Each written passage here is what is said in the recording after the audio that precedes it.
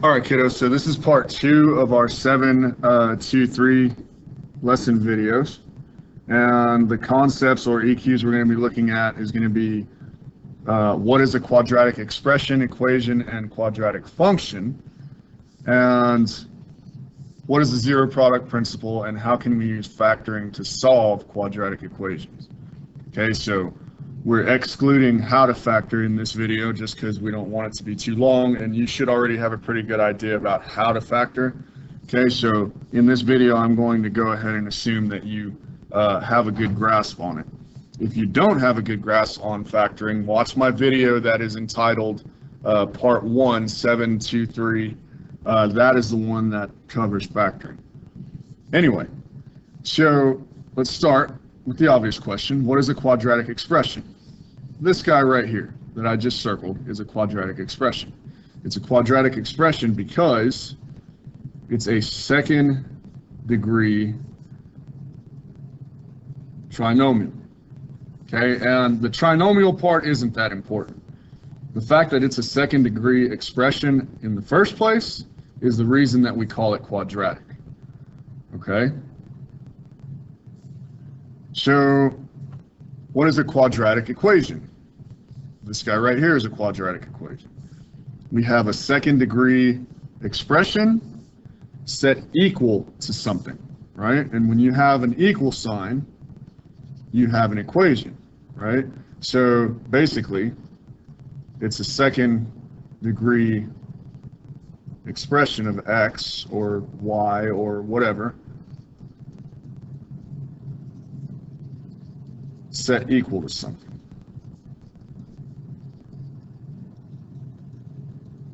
And let's talk about what makes quadratics special in the first place, and we can use this very equation to do that.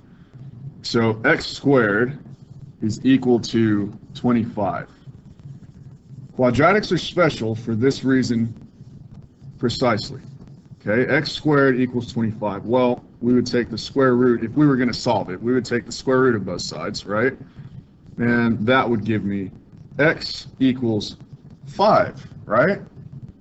Well, the fact of the matter is that's only one of our solutions. There would be another solution. x2 would equal -5. Well, why is that? So the reason x1 is a solution is because 5 squared equals 25. Well, then why is x2 also a solution? Well, that's because -5 squared, which is -5 times -5, right? Negative times a negative is a positive. That would still also give me 25. Okay, so that's why these two would be solutions. This is what's special about quadratics, okay, especially quadratic equations. They always have two solutions. When you have a square, it's going to have two solutions, right? Okay, another example of a quadratic equation is going to be this guy here. Again, we have a second degree expression of x set equal to something. Hence, it's a quadratic equation. Now, what is a quadratic function? Well, that'd be this guy right here. And it's pretty much the same idea as a quadratic equation, pretty much, right? This is a quadratic equation, but we're basically saying that something is a function of that quadratic expression, if that makes sense. Okay, so that's all we're really saying there. Okay, so now that we've walked through more or less some examples of what some of these guys are, let's look at a real world example of a quadratic function. So let's read this real quick. Fence Me In is a business that specializes in building fenced enclosures. One client purchased 100 feet of fencing. And again, remember, you always want to, and my zooming got screwed up here. Give me 1 second. Really? Anyway, so you always want to start taking information down as you read it. So we have 100 feet. We'll just say that this is 100 feet of fencing here. Okay, and she wants to enclose the largest possible rectangular area in her yard. So basically, she's wanting to have a rectangle such that if this was our length, this was our width, right? Well, this would also be our width, and this would also be our length. We would end up with 2 of the length plus 2 of the width would be 100 feet. In other words, our perimeter, little geometry back up here, our perimeter would be equal to 100 feet. 100 feet. I don't know why I said and. Anyway, so question number 1, what would be the greatest area the fence, and again it's reminding us that it has a perimeter of 100 feet, will enclose? Now, you may remember this from geometry. This was actually during the quarantine when we went over this, so maybe you don't. But the rectangle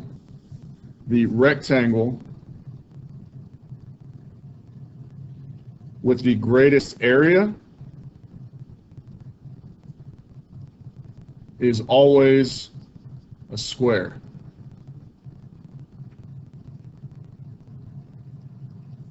Okay?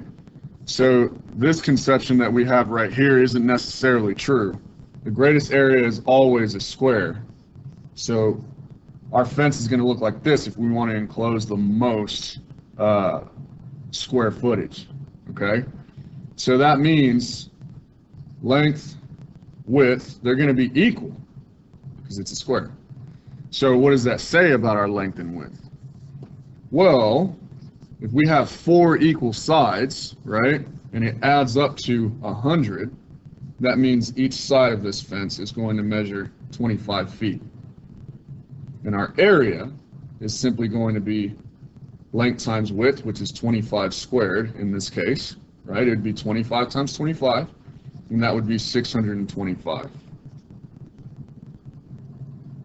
feet squared.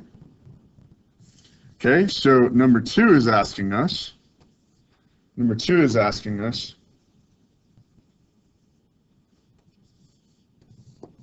write an expression in terms of L for the fence's width. So, because we had a square, right, the length plus the width plus the length plus the width, right, equaled 100, which is where we're getting this from, right? So basically, we just want to know what is W in terms of L.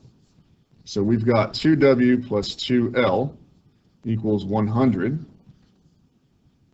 Okay, what I'm trying to figure out, I'm trying to define W in terms of this guy. In other words, I'm trying to solve for W so that I have W as a function of the length.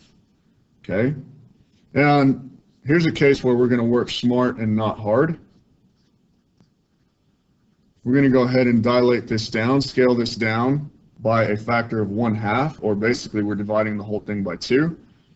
Okay, so when we distribute this guy in, we're going to end up with W plus L equals 50, meaning these two, which makes sense, these two, when you add them together, it's going to give you 50. Okay, and from there, we're just going to subtract L from both sides, and we'll have W of L is equal to 50 minus L, meaning that our width is equal to 50 minus the length. Okay, so that would be our expression here. We would just say W is equal to 50 minus L. Okay, so now we want to write a function for the area, A of L. Well, that'll be simple enough. So what is our area? What is our area? Our area can simply be defined as length times width, right? And we know now that width is equal to 50 minus L. So we could say that area as a function of length is equal to length times 50 minus the length. Again, because W was this guy, right? And if we wanted to, we could go ahead and distribute. We could say that we're going to have 50L minus L squared, which makes it a quadratic function. Why does it make it quadratic? Because I have a second degree expression set equal to a function of something. Okay? And if we wanted to graph it, it would be as simple as, and of course you can put this in Desmos, but it's good to know how to do this by hand. Okay, so this is a real world problem, which pretty much means we're confined to quadrant 1. So this would be our length axis. This would be our area as a function of length axis, right? Let's go ahead and say that this is our highest point, because we already know our maximum area possible is 625 square feet. And that occurs at 25, right? Because that was when we were at a square. And that would be 0. So that's going to be our maximum. And you're going to see all quadratics are parabolas, okay? This one is going to end up being upside down, though. Well, why is that? Well, what if our length is 0? So what if we do a of 0? Well, we're going to have 50 times 0 minus 0 squared, which effectively is just going to be 0. So there's another point right there. And what if we do a of 50? Well, that's going to be 50 times, and I'm going to use this expression here for this one because that's going to be simpler. 50 times 50 minus 50, a whole bunch of 50s. Anyway, 50 minus 50 gives me 0. And I get an area of 0 again when the length is equal to 50. And what you'll end up with, if you really graph this out, is an upside down parabola, with our maximum existing at 25 by 625. Another word for this maximum, and we'll learn about this later, is called the vertex of the parabola. Okay? And we'll learn more about that later on. All right, so now that we learned about quadratic functions, let's go ahead and talk about how we can use factoring to solve quadratic equations and or find the roots of quadratic functions. And we kind of did that in that last example. Okay, so actually, let me check how much time do I have. All right, I'm barely at 12 minutes. I'm not doing too bad. All right, so consider the equation m times n equals 0. Okay, and what we're really going to discover here is what's known as the zero product principle, right? The zero product principle basically says, so let me rewrite the equation. If m equals 0, what's going to happen? Well, we're going to have 0 times, it doesn't matter what n is, we're still going to get that it's true and that it will be equal to 0. Well, what about if n equals 0? Well, same thing's going to happen. We're going to have m times 0, and it doesn't matter what m is, we're still going to get that it's equal to 0. So if one of these two, m or n, is equal to 0, the whole thing is equal to 0. That is called the zero product principle. Okay, so let's see what any of this has to do with factoring. So number one, if m equals x minus 2, so instead of m times n equals 0, we're going to have m is equal to x minus 2, and n is equal to x plus 5.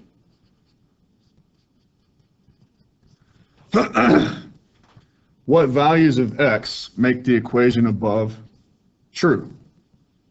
Okay, so this is my new equation, right?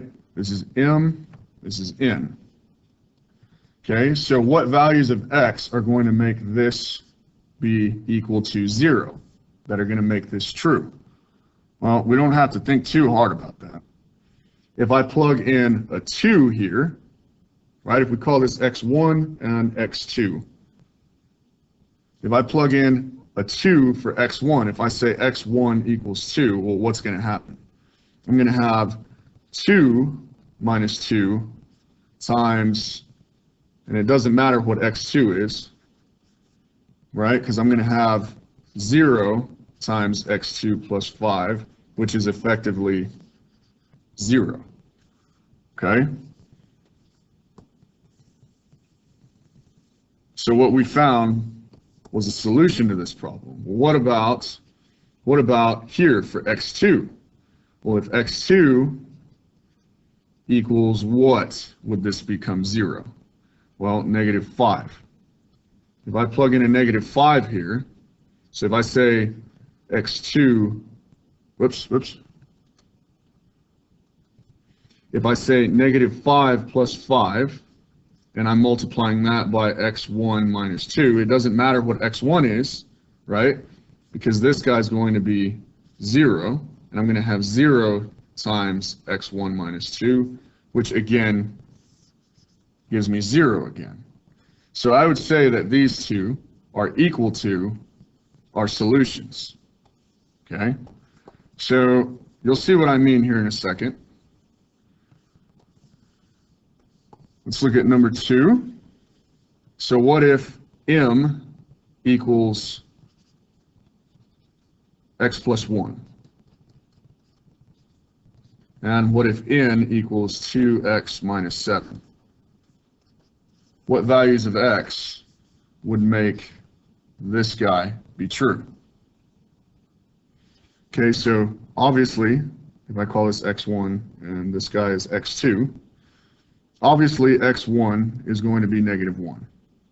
Because if I put a negative 1 here, that's going to make this whole expression be 0, and this, which would be 0 times this, would make the whole thing be 0, right? So that one's obvious. Well, what about x2? What about this guy? Well, that's not so obvious. Okay, it's going to be kind of goofy to sit there and play with it and figure out what's going to make it be 0, but what you can do, when common sense has to go out the window, that's when algebra comes in. Okay, all we have to do is solve this equation for x2. And that's going to tell us what value of x2 would get us to having this expression be 0. So let's go ahead and do that. So I'm going to add 7 to both sides, divide by 2 on both sides, and that's what we've got. Now let's see if that's true or not.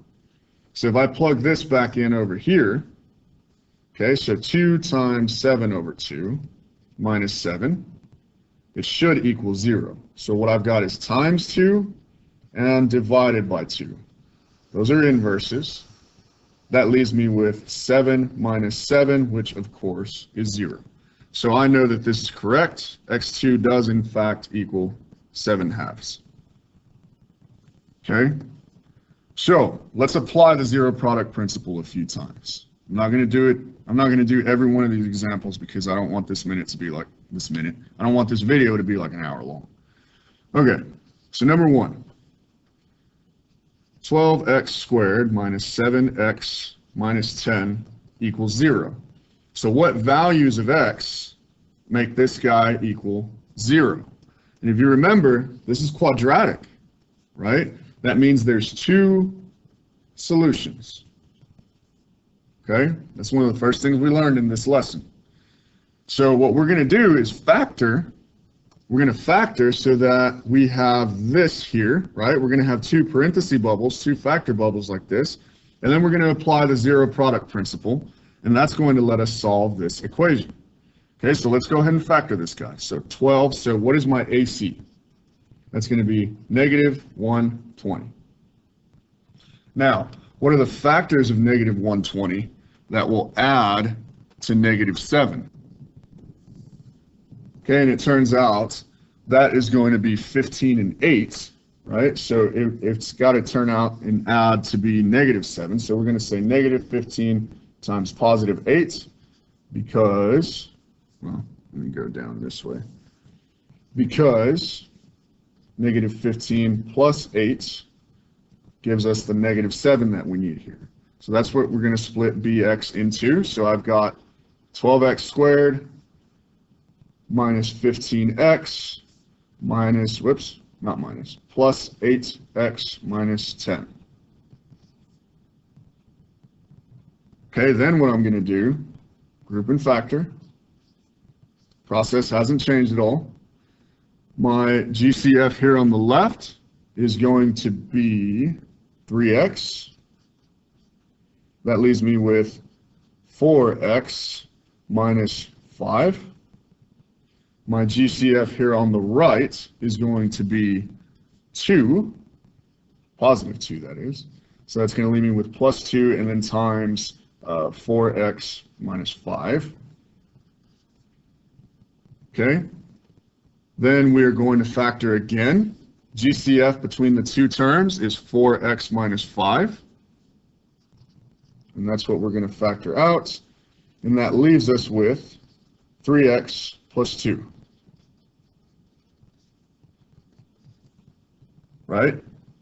So what we're going to do next, well, what are our zeros now? So if we call this x1 and we call this x2, right, we just need to figure out, well, what values of x make this equal to 0? And again, we're just going to solve them piece by piece. So 4x1 minus 5 equals 0. I'm just going to solve this guy for x1, and that's going to tell me what value of x1 gives me a 0, which is going to make this guy be 0 and make the whole thing be 0, which is the point of the zero product principle. Okay, so I'm going to have 4x1 equals 5, divide by 4 on both sides, and we get x1 is 5 over 4, and we can check our work. 4 times 5/4 minus 5, right? So times 4 divided by 4, those are inverses. That leaves me with 5 minus 5, which of course is 0. So there's one of my solutions. Now, what is my x2 going to be? I'm going to do the exact same idea. 3x2 plus 2 equals 0. If I solve this equation for x2, that's going to tell me what value of x2 makes this guy 0, and by extension will make this whole thing 0. Again, that's the point of the zero product principle. Okay, so subtract 2 from both sides, divide by 3 on both sides, and we have x2 is equal to negative 2/3, and if we check our work, so let's see, 3 times negative 2/3 plus 2 equals, let's see, so times 3 divided by 3, those are inverses, and you've got negative 2 plus 2 equals, you guessed it, 0. So this is our second solution, and we know that this works. So our two solutions to this quadratic equation would be 5/4 and negative 2/3. Okay, and I'm going to show one more example, a little bit simpler of one, so that way you don't think these are all gnarly and horrible, ugly fractions. So we'll go ahead and do number 2. And on number 2, I'm going to go ahead and factor it with the AC grouping method. Like I said, there's a video showing different methods, and you can always come to tutoring and we can talk about, you know, what works best for you. But anyways, so let's work on number 2. So x squared plus 8x minus 9 equals 0. And again, I want to factor out into two factor bubbles like this so that I can apply the zero product principle. Okay? Because I'm trying to figure out what values of x make this equal 0. All right, so let's factor. So AC is negative 9. What are the factors of negative 9 that add to positive 8? And that is simply going to be 9 times negative 1, and that's because 9 minus 1 equals 8. Okay, so that's what we're going to want. That's what we're going to split bx into. That's going to give me x squared plus 9x minus 9, group and factor. GCF on the left term is going to be x, leaving me with x plus 9. GCF on the right is going to be a negative 1 because we don't want this negative leading coefficient, so we're going to factor out minus 1, and we're left with x plus 9. GCF on both of these two terms is x plus 9. That's what we're going to factor out here, and we're left with x minus 1. Okay? And of course, we're setting this equal to 0 because that was the whole point. Anyway, so we solve individually what these are, and these are obvious. Obviously, x1 is going to be -9. And if this is x2, obviously x2 is going to be equal to +1. And those would be our two solutions. And we can prove it because we know -9 plus +9 is going to give me 0. And 0 times this guy over here, it doesn't matter what's there, is going to be 0. Anything times 0 is 0. Same thing for x2. If I plug in this 1 here for x2, 1 minus 1 is going to give me 0, which is going to make this whole thing be 0. Because 0 times 0, or 0 times anything, sorry, is 0. So my two solutions for this quadratic equation are, and I don't need to write the x, I can just say -9 and 1. Right? So, one more thing we want to look at before we're done, and that is how to work backwards from solutions to get what the standard form of the quadratic was. And let me back up. I talked about this briefly on Monday and Tuesday, but still, let me go ahead and back up here. So standard form is like this guy that I've got circled a million times there. That's your ax squared plus plus bx plus c. All right? And I know we talked about that Monday, Tuesday, but just in case. Anyway, so we want to go back. We want to work back from these solutions and get it into that standard form. Okay? Oh, cool. It took me all the way over here. All right. So let's start with number 1. So we've got x1 equals 1/2 and x2 equals -2. So what we're going to do basically is just kind of work backwards. We're going to make x not be by itself, if that makes sense. Okay, we want it to be whatever function of x equal to 0. And let me show you what I mean by that. So I'm going to undo this solution. To undo it, I'm going to multiply by 2 on both sides. That's going to give me 2 times x1 is equal to 1. And then I'm going to subtract 1 from both sides. And I'm going to have 2x minus 1, or 2x1 minus 1, is equal to 0. And I want to do the same thing with this x2 over here. And all I have to do is add 2 to both sides. So I'm going to have x2 plus 2 equals 0. So basically, the standard form for these two solutions is equal to these two factors. Okay? So this is what I've got. This was my x1, this was my x2. But I'm not going to worry about that right now. All I have to do now is FOIL. And you can see I'm literally working backwards from everything we've learned so far. So this is going to give me 2x squared minus x.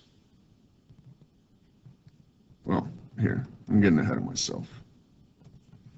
So that's going to give me 2x squared plus 4x and minus x and minus 2. Sometimes when I'm doing these quickly, I don't really follow the actual FOIL process. I do them in a different order, but it doesn't really matter. Okay, so that's going to give me 2x squared plus 3x minus 2. So if you ever see me do FOIL in a weird order that you're not familiar with, don't worry. It's just my brain working in a weird way. So these two solutions come from the standard form quadratic 2x squared plus 3x minus 2. Okay? And if you're wanting to know what was the actual equation, you would just say it's equal to 0.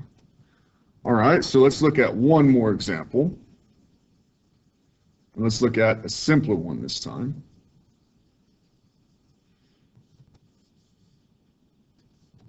So, well, we'll look at number 3. Actually, yeah, let's do number 2. I like that one better. Okay, so I've got x1 equals -3 and x2 equals -2/3. Okay, so again, I'm working back to figure out this form right here from these solutions. Okay, so I'm going to work these out backwards. So instead of x1 equals -3, I'm going to say x1 plus 3 is equal to 0, right? All I did was add 3 to both sides. Same thing over here. I'm going to multiply by 3 on both sides. That's going to give me 3x2 is equal to -2. And then I'm going to add 2 to both sides, and that's going to give me 3x2 plus 2 equals 0, which means my two factor bubbles, my parenthesis bubbles, are these guys. And this was my original, well, almost original quadratic equation. Okay, if I want the original quadratic equation, which I do, I'm going to just FOIL this guy out. 3x squared plus 2x plus 9x plus 6. Combine like terms. And there you have it. So these solutions come from this quadratic equation.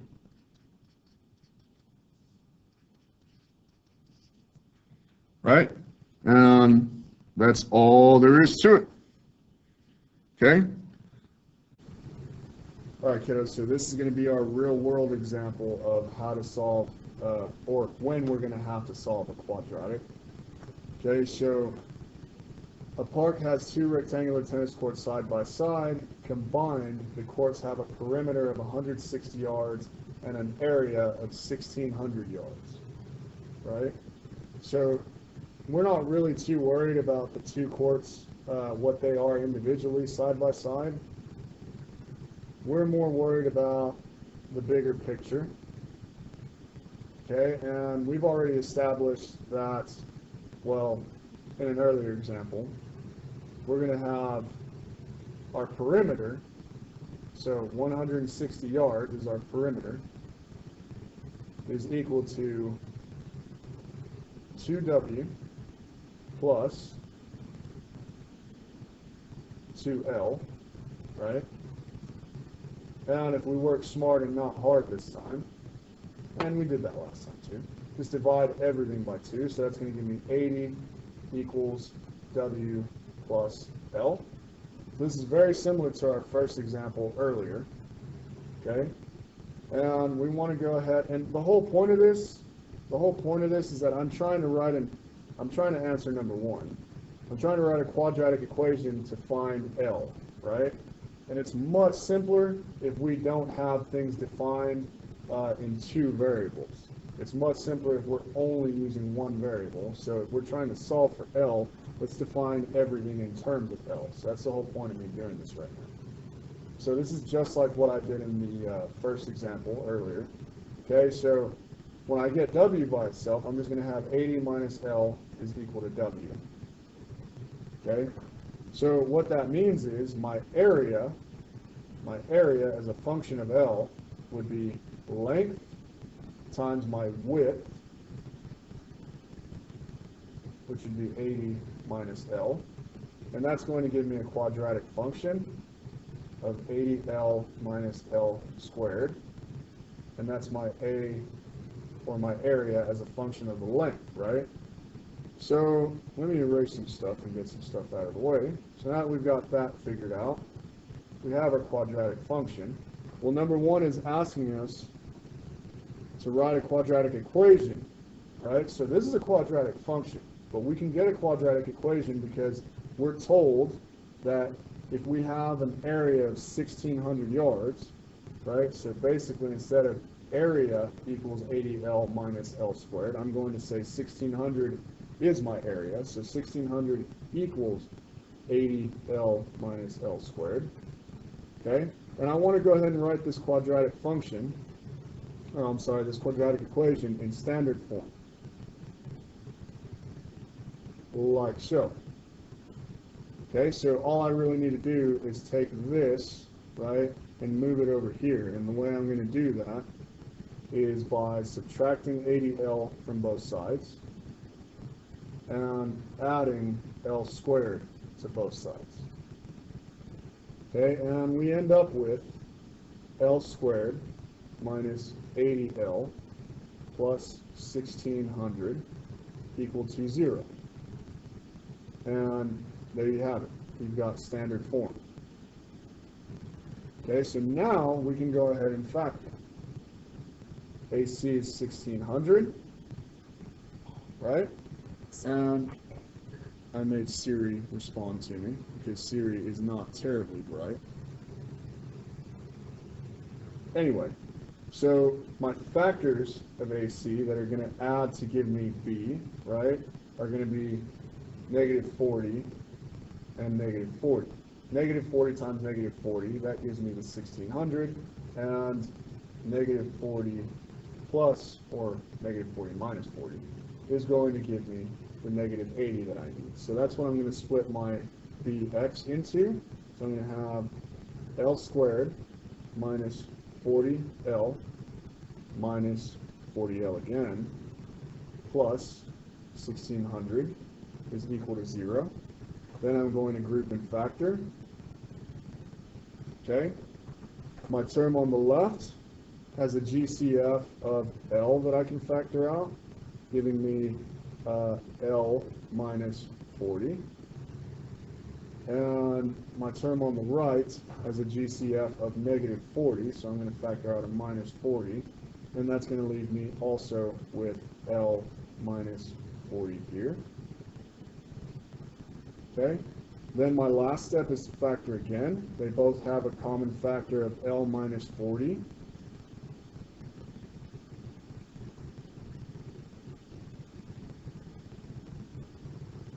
Okay?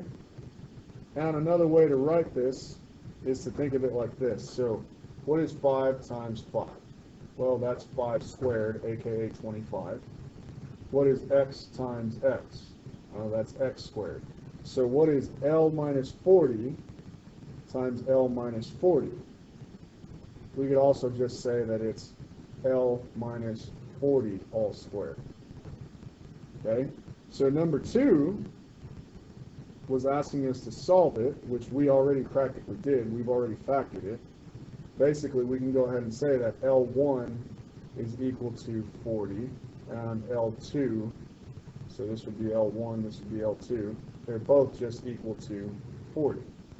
So the length of our tennis court, would be 40 feet. All right, so there you have it, kiddos. That's it for this video. If you have any questions, obviously come see me in tutoring or shoot me an email. Goodbye.